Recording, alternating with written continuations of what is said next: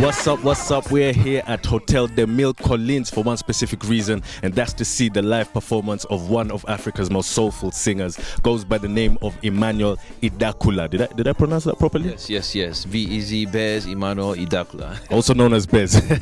What's up, sir? I'm good, man. I'm good. How's it going? I'm very good. Is this your first time in Kigali? Oh, definitely. First time in Kigali. What do you think about Kigali from before you came till you landed and you've seen the city? You've been here for a week or so? Yeah, about a week now. Before I came, I was just thinking Rwanda, because I told someone I was going to Rwanda. Rwanda? Yeah. But when I got here, man, it's just a different story. It's beautiful, it's peaceful, the weather is amazing for me. I love it, and I can just see the resilience of the people, I know the history of this spot and many things that have gone on many years ago, but it's just great how people have been able to rebuild the city. Is just wonderful now. No doubt, that's very true. Everybody sing along, everybody's a new song. And we sing it like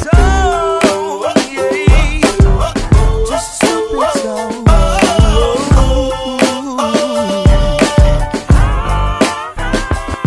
Now I wanted to ask you, when did the love for music come for you? When did you realize this is what I want to do for the rest of my life as a career and everything? Yeah, man. As a career, it came for me when I was in college. Okay. Yeah, about my second year in college, but I'd been playing the guitar and be doing music when I was 9 because my dad taught me how to play the guitar when I was 9. Mm-hmm. So I was doing it, just for fun then, but when I was my second year in college, I knew that my purpose in life was to do music. So I decided I was going to go into music too. Nice. And in the music industry, they like to put artists in a pigeonhole. They don't want to put you in different genres. They'll say if you're R&B, you're just R&B, you're not doing anything else. That's it. So to anyone who's never heard Bez's music, how would you describe Bez's music? I would describe it as alternative soul. And for me, alternative soul, I can define it as an eclectic sound. It's just an eclectic sound. It's a mixture of, for me, an Afro is a mixture of jazz, hip hop, soul, and rock. And when you see me perform on stage, you know that there's a lot of rock infusions in my music. There's a lot of African infusions in my music as well. And soul being the major backbone genre for me. So.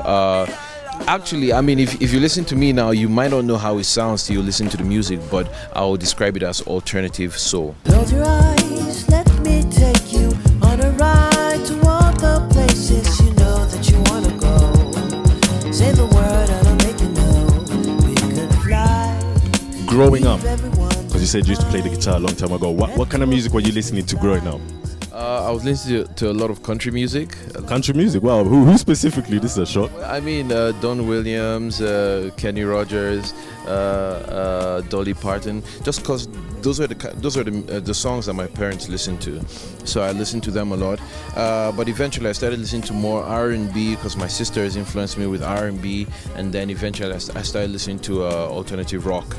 Wow. So I merged a lot of a lot of music into your sound. That's good. So now, if the music industry in Africa, it's growing big. It's growing very big. I like it. I normally have arguments with some of my friends. Okay, not arguments. It's more peaceful. It's peaceful, but my personal view on the music industry right now in Africa and African artists is it's growing big. I love it, but everybody seems to be doing the same thing, the same formula. And when you listen to your music, you're not following that formula. So I wanted to ask you your personal opinion on the music industry in Africa and African artists in general. I think the music industry in Africa is growing.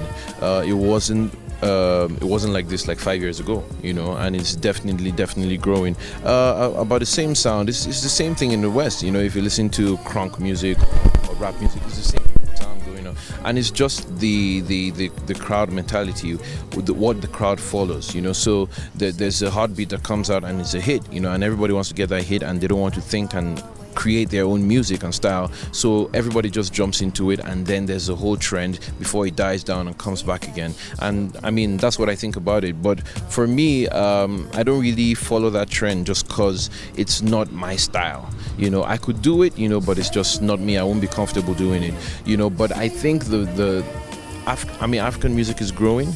African musicians should be more original. That's what I think. And definitely in 5 years, 10 years, the music industry will be, very different from now. Say you will be waiting for me.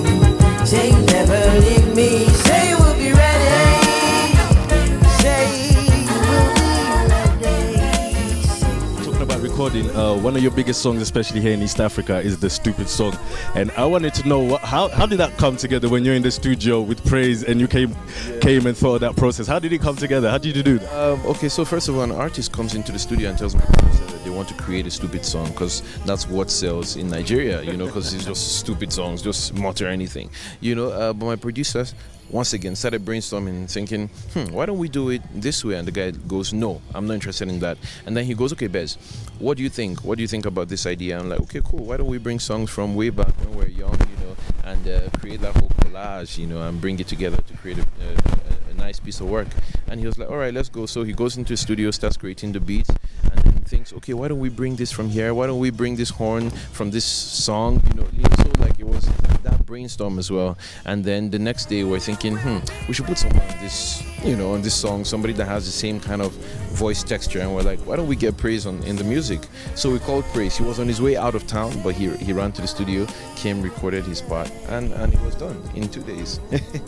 Nice. I love that song. Absolutely love it. And I know you're not supposed to ask an artist this, but if you're to pick of all the songs I know you hear this all the time. I know most journalists ask you this, but if you were to pick one of the songs that you've composed, you've produced, which one your favorite? Which one would it be? I think it would be Super Sun, just because it has a lot of meaning for me. And it was basically the foundation of my music career, because I was thinking a lot of people want to be superstars, but I just don't want to be a superstar. I want to be more. And the sun is also a star, but the sun is brighter than the star, and it gives you light, it gives you energy, it gives you life, it gives you warmth. So it just has so many things that the sun personifies, and I'm like, I want to be the super sun. I want to be more than just a superstar.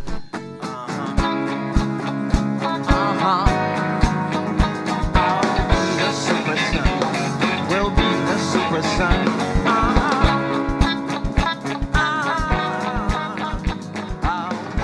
You've been in the music industry for a while now. Yep. From then till now, you've learned a lot of things. If there was something you knew now that you wish you knew then, what would it be about the music industry that you could tell an upcoming artist, as an advice or something like that? That's a very good question. It would be, for me, it would be a lot of building relationships, because a lot of people think they can do it by themselves, but you really can't do it by yourself, because you need to have a great team, you need to have a great producer, a lawyer, a manager. And for me, I was doing a lot by myself for a while. Now I'm thinking if I had, hooked up with more people at the beginning, I would have been, it would have been wider for me. Known more people now. It would have been how can I pull favors from this person, what can I add to this person? And that's what life is all about, giving value to the next person and getting value from the next person, so it will be the advice for me to them is never go on it alone. Always look for like-minded people that would relate to what you do, and just stay by them. Not today you're changing your manager and tomorrow you're changing your drummer, or you have a team, you build them. Like my band members, I've been working with them for like 6 years now, and it's the same people, same manager, same producer, and you find out that your music stays, original, it stays really grounded, and once that foundation is key for you can build a skyscraper on it. And you're about to perform for us later on, I think about 7 p.m. You can see behind us they're setting up. And there'll be some people who've never seen you perform. So I'm going to ask you in 3 words to describe a Bez performance. Oh, give me those 3 words. It's captivating, it's energetic, and it's sublime. Wow, you came with that real quick. You already had that prepared. It came now. Thank you so much, sir, man. It's been a pleasure. Any last words you want to tell your fans out there? Anything? Just watch out for Bez. Be easy. We are in the building, and check me out on Twitter. BeezyIdakula, and keep up with the good work we're doing. Exactly. You heard it from the man. This is Nez, and this is Bez. We're out. Thank you.